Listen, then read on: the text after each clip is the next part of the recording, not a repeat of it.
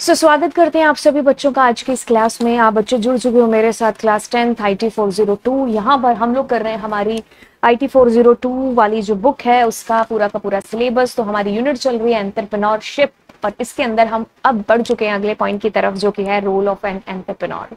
कि एक एंटरप्रेन्योर के तौर पर आप लोगों आपके जो रोल है वो क्या है। जैसे मैं अपनी बात लूं, एक बीइंग अ टीचर मेरे क्या क्या रोल हो सकते हैं। वो सारे के सारे रोल अब यहाँ पर एक टीचर की जगह पर एक एंटरप्रेन्योर है ना। तो उसके क्या क्या रोल है जो होंगे। अभी तक आपने जितनी चीजें पढ़ी है ना इनसे मिलाकर के भी हम इनके रोल है जो लिख सकते हैं। अभी जो फंक्शंस हमने पढ़े हैं, जो इसके काम है एक एंटरप्रेन्योर के, इसकी क्वालिटीज होगी, वो सारे के सारे हम इसके रोल के अंदर लिखेंगे। अब देखो सबसे पहला है कि जब भी मेरे दिमाग में आता है कि एंटरप्रेन्योर, तो यानी कि एक पहला शब्द आता है विच इज कि इनोवेट करना है ना। क्योंकि एंटरप्रेन्योर का पहला काम ही यही है कि कुछ ना कुछ नया है जो उसको इनोवेट करना। ठीक है, तो ये एक इनोवेटर्स रोल है जो प्ले करता है जब एक आइडिया एक एंटरप्रेन्योर के दिमाग में आता है। तो कहते हैं कि entrepreneur innovate by bringing unique and new products. वो जो है मार्केट के अंदर कुछ यूनिक और कुछ न्यू चीजें हैं जो लेकर के आता है। ठीक है, product and services into the market. In many cases these are improved version of existing product. मान लीजिए किसी एंटरप्रेन्योर के दिमाग में अभी कुछ नया नहीं आ रहा है, लेकिन वो जो एग्जिस्टिंग मार्केट के अंदर चल रही चीजें है बस उसी के अंदर सोचेगा कि मैं और इसमें क्या नया है जो कर सकता हूँ, है ना। जैसे हम एग्जाम्पल ले सकते हैं कि पहले हम लोग सामान है जो मंगाया करते थे, करते हैं, जैसे बिग बास्केट से या मैं ग्रोफर से भी मंगा रहे थे, है ना। तो उसमें जो सामान आ रहा था वो आपका कितना लेट आ रहा था, 1 दिन बाद में या 2 दिन बाद में, है ना। फिर अब उसकी जगह पर अब हम ब्लिंकिट वगैरह का यूज कर रहे हैं जिसमें आपको क्या है 10 मिनट में आपका सामान आ रहा है। तो मतलब ऑलरेडी एक एग्जिस्टिंग बंदे के दिमाग में एक आइडिया था जो कि मार्केट में इंप्लीमेंट हो चुका है, चल भी रहा है। अब उसके अंदर एक इनोवेशन हो गई क्या कि आपका सामान आपको 10 मिनट के अंदर अंदर मिल जाना, है ना। क्योंकि अब 10 मिनट में क्या है कि मान लो किसी बंदे को कोई चीज अर्जेंट चाहिए, अब वो बिग बास्केट से या ऐसा तो नहीं करेगा कि मैं 2 दिन बाद इसको यूज करूं। अब वो दुकान पर जाएगा, है ना। तो ये एक एग्जिस्टिंग वो एक प्रॉब्लम थी जो कह लो कि भाई आसपास चल रही थी।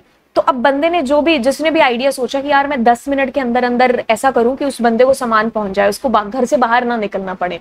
तो मतलब ऑलरेडी एग्जिस्टिंग के अंदर आपने कुछ भी इनोवेटिव है जो किया। तो ये भी एक काम किसका, एक एंटरप्रेन्योर का ही है।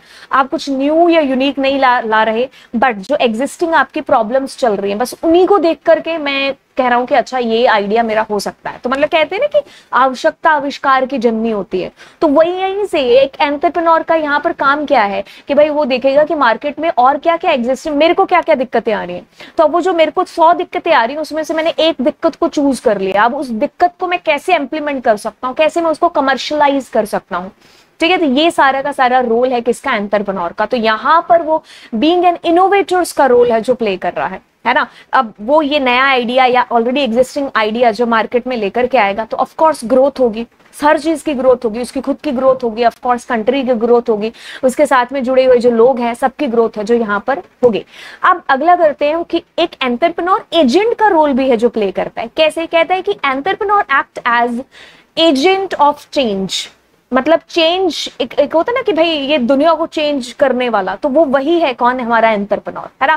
कहता है कि दे आइडेंटिफाई द अपॉर्चुनिटीज। वो अपॉर्चुनिटीज को एक तरीके से ना, मतलब एक तरीके से अपॉर्चुनिटीज के भूखे हैं, सर्च करते हैं कि अच्छा ये मेरे को मौका मिला है, अब मैं इसको कैसे और यूटिलाइज कर सकता हूँ। ठीक है, जैसे मैं अब मेरे सामने एक प्रॉब्लम है, अब इस प्रॉब्लम का कैसे सॉल्यूशन निकालूं। जैसे वही वाला एग्जांपल हम लें कि भाई जो लोग सामान मंगाते थे ऑनलाइन, है ना, उनको 1 दिन या 2 दिन बाद जाकर के वो सामान मिल रहा था।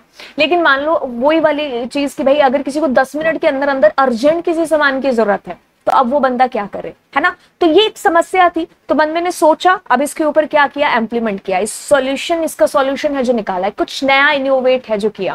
कहते हैं कि identify opportunities, solve problems, offer effective solution, establish enterprises. मतलब कहने का कि वो एक चेंज जो है एक सोसाइटी का या एक देश का भी आप कह सकते हो कि भाई एक चेंजर के रूप में है जो रोल है जो प्ले कर रहा है। तो इसीलिए इसको as a role agents role है जो बोला गया है। ठीक है, अब अगली चीज की बात करते हैं जो कि आपके पास में आता है कोऑर्डिनेटिंग रोल। शब्द से मेरे को क्या चीज समझ में आती है कि कोऑर्डिनेशन करना।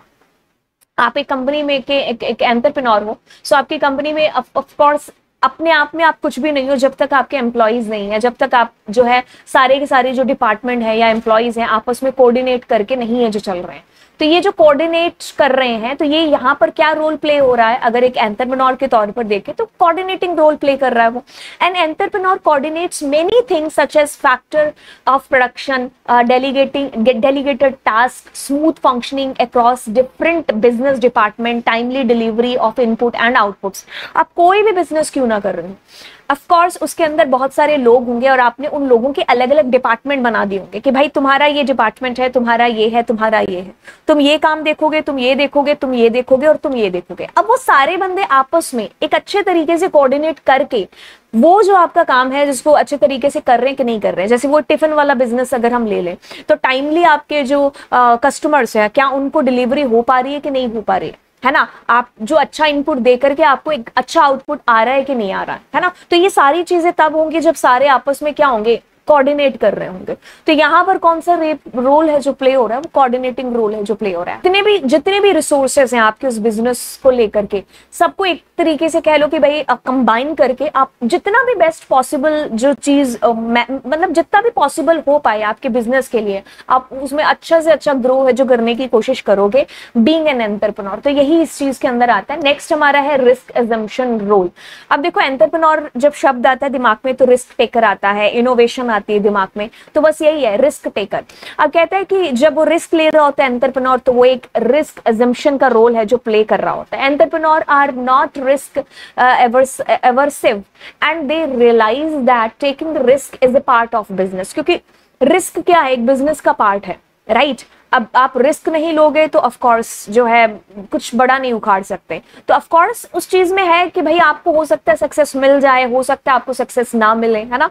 अब देखो आप बहुत अगर मार्केट अगर आप खाने पीने भी जाते हो तो आप देखते हो कि भाई दो दुकानें हैं, है ना, सामने आमने सामने है या साइड साइड में है, दोनों मान लो एक ही चीज है, कि कचौड़ी वाला है, कि ये भी है ये भी कचौड़ी वाला। आप देखते होंगे कि यार एक काफी चल रहा है, एक चल ही नहीं रहा है ना, एक पर बहुत भीड़ लग के चीजें बिक रही हैं और दूसरे पर बिकी नहीं रही हैं। तो मतलब ऐसा हो सकता है कि भाई आपने जो चीज सोच करके अपना बिजनेस स्टार्ट किया हो, आप उस तरीके से आपको आउटपुट है जो नहीं मिल रहे हो, ठीक है। तो मतलब रिस्क है, हो भी सकती है चीजें और नहीं भी है जो हो सकती हैं, ठीक है, लेकिन बिजनेस का पार्ट है ये रिस्क, आपको रिस्क उठाना ही पड़ेगा क्योंकि आप एक एंटरप्रेन्योर हो। अब ये कहते हैं कि the fruit of bearing risk can be profit, बिल्कुल आपको प्रॉफिट भी मिल सकता है एंड ऑफ कोर्स आप उसमें अनसक्सेसफुल भी है जो हो सकते हो, ठीक है। बट फिर वही यहाँ पर रोल प्ले हो जाएगा आपके एंटरप्रेन्योर का कि भाई उसमें नेवर गिव अप वाली फीलिंग भी है जो होती, कोई बात नहीं, एक चीज में मेरे को फायदा नहीं मिला तो क्या हुआ, मैं दूसरा जो है अपना आइडिया उसको ट्राई करूंगा, ठीक है। तो यही एक एंटरप्रेन्योर के रोल के अंदर है जो आता है, ठीक है। अब अगली चीज हम लोग बात करेंगे कैपिटल फॉर्मेशन रोल। इसमें मोबिलाइजेशन, जैसे एक जगह से दूसरी जगह मूव होना, है ना। जैसे मान लो मेरे पास में कुछ पैसा पड़ा हुआ है, ठीक है, अब वो पड़ा तो कोई काम का नहीं है, मैं क्या कर रही हूँ कि उस पैसे को उठा करके किसी कंपनी में या कोई एक बिजनेस में इन्वेस्ट कर रही हूँ।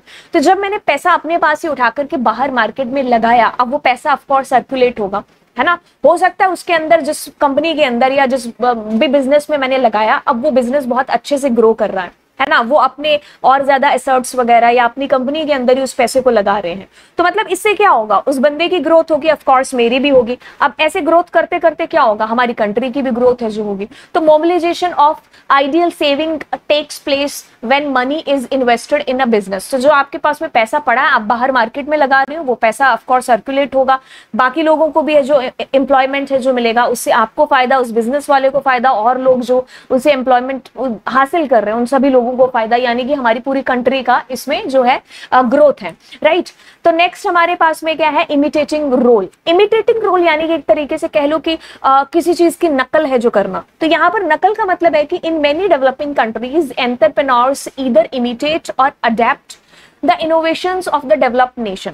एक कंट्री है जो कि पूरी डेवलप हो चुकी है, राइट, उसके अंदर कुछ एंटरप्रेन्योर हैं जिन्होंने कुछ आइडियाज अप्लाई करके कुछ जो है अपनी चीजें ओपन कर रखी हैं। अब जो डेवलपिंग कंट्री है उनके जो एंटरप्रेन्योर हैं, या तो वो उस डेवलप्ड कंट्री के आइडिया को थोड़ा सा कॉपी करके उसमें थोड़ा सा इंप्रूव करके अपना आइडिया जो अपनी कंट्री में चलाते हैं, है ना। तो ये भी हो सकता है। यहाँ पर अगर आप ऐसी चीज भी कर रहे हो तो ये भी क्या है, इमिटेटिंग रोल है। यहाँ पर एक एंटरप्रेन्योर अगर ऐसा करता है तो वो एक इमिटेटिंग रोल प्ले है जो कर रहा है। These innovations are adapted according to the local needs. Of course मान लो फॉरेन कंट्रीज में आपने कोई एक जो है किसी का आइडिया कॉपी कर रहे हो तो वो वहां के हिसाब से ठीक है, लेकिन हमारे यहाँ के हिसाब से वो ठीक नहीं है। तो मैं क्या कर सकती हूँ, उसको वो आइडिया को थोड़ा सा कॉपी करके अपनी लोकेलिटी के हिसाब से इंप्रूव करके और यहाँ पर अप्लाई कर लूँ, ठीक है। तो वो ये क्या है, इमिटेटिंग रोल के अंदर है जो बेसिकली आएगा।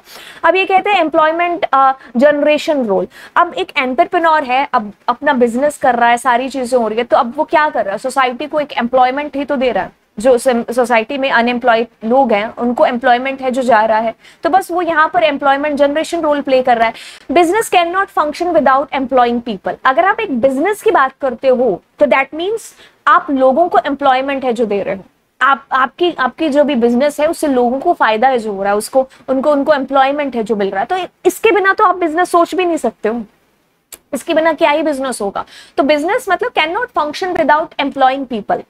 Skilled professional, unskilled labour and managerial staff. आपकी कंपनी में हर तरीके के लोग होंगे, बहुत सारे, जो मान लो जिस तरीके से उनकी क्वालिफिकेशन होगी या जिस तरीके से उनकी कैपेसिटी होगी, आप उस तरीके से उनको एम्प्लॉयमेंट है जो प्रोवाइड करा रहे होंगे, है ना। जैसे लेबर है आपकी कंपनी में, या फिर आप कह लो स्वीपर से लेकर के आप बड़े जो भी आपकी कंपनी के अंदर लोग हैं जो बैठे हैं, तो मतलब आप क्या कर रहे हो, दूसरों को एम्प्लॉयमेंट है जो प्रोवाइड करा रहे हो। तो बस ये एम्प्लॉयमेंट जनरेशन रोल के अंदर है जो आ जाएगा हमारा, कि यहाँ पर हमारा एक एंटरप्रेन्योर एक रोल प्ले कर रहा है, एम्प्लॉयमेंट जनरेशन रोल। ओके, कहते हैं कि स्टेटस ट्रांसफॉर्मेशन रोल। अब देखो लोगों को एम्प्लॉयमेंट जो मिलेगा, राइट, अब उससे क्या होगा, आपका स्टेटस है जो तो थोड़ा सा सुधरेगा हर एक बंदे का।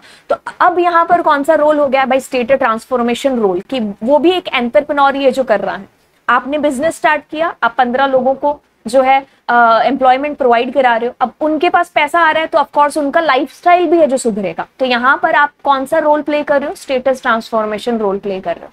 So since more and more people are employed by the entrepreneurs, overall income and standard of living of the society increase। क्योंकि आप being an entrepreneur, अपने एम्प्लॉइज, आपके अंडर में एम्प्लॉइज जितने भी काम कर रहे हैं, अब वो आपसे एम्प्लॉयमेंट हासिल कर रहे हैं, पैसा आ रहा है उनके घर में ऑफकोर्स, तो उनका लिविंग ऑफ स्टैंडर्ड यानी कि सोसाइटी भी है जो वो सुधरेगी, तो सोसाइटी का लिविंग ऑफ स्टैंडर्ड भी है जो इंक्रीज होगा, राइट। तो यहाँ पर एक एंटरप्रेन्योर स्टेटस ट्रांसफॉर्मेशन रोल है जो प्ले कर रहा है। अब ये कहता है balancing role. Entrepreneurship is encouraged with small and micro enterprises and small scale industries as well। एक एंटरप्रेन्योर की अगर हम बात करें, कोई भी एक एंटरप्रेन्योर ले लो जिसने कोई छोटा सा एक बिजनेस स्टार्ट किया हो, जैसे MBA चाय वाला का ले लेते एग्जांपल, है ना। अब वो बंदे ने छोटे से स्केल से अपनी चीजों को स्टार्ट किया और अब कहाँ तक ले गया, वो दूसरों के लिए क्या है, एक इंस्पिरेशन है। अब दूसरे जो छोटे छोटे, अब उनको भी लगेगा कि नहीं, ये छोटे बिजनेस से भी मैं बहुत बड़ा है जो हासिल कर सकता हूँ। तो मतलब एक तरीके से एंटरप्रेन्योरशिप क्या है कि एक मतलब इंकरेज कर रही है दूसरे जो छोटे बिजनेस है उनको भी, स्मॉल या फिर माइक्रो बिजनेस जिनको हम कहते हैं, छोटे बिजनेस, है ना। तो उन इंडस्ट्रीज को भी क्या है, एक तरीके से मोटिवेशन है जो मिल रहा है। तो यहाँ पर एक एंटरप्रेन्योर कौन सा रोल प्ले कर रहा है, बैलेंसिंग रोल प्ले कर रहा है, ठीक है। ओके, तो नेक्स्ट हमारे पास में यस इतना ही था हमारे पास बैलेंसिंग रोल तक, रोल ऑफ एन एंटरप्रेन्योर। इसके बाद में हम लोग कुछ मिथ्स पढ़ने वाले हैं एंटरप्रेन्योरशिप के बारे में। तो चलिए, आई होप आप लोगों को ये चीज समझ में आई होगी। मिलेंगे आपको अगली क्लास में। ये सब्सक्राइब करिएगा चैनल को और दोस्तों को भी है जो चैनल जरूर शेयर करिएगा। Bye bye.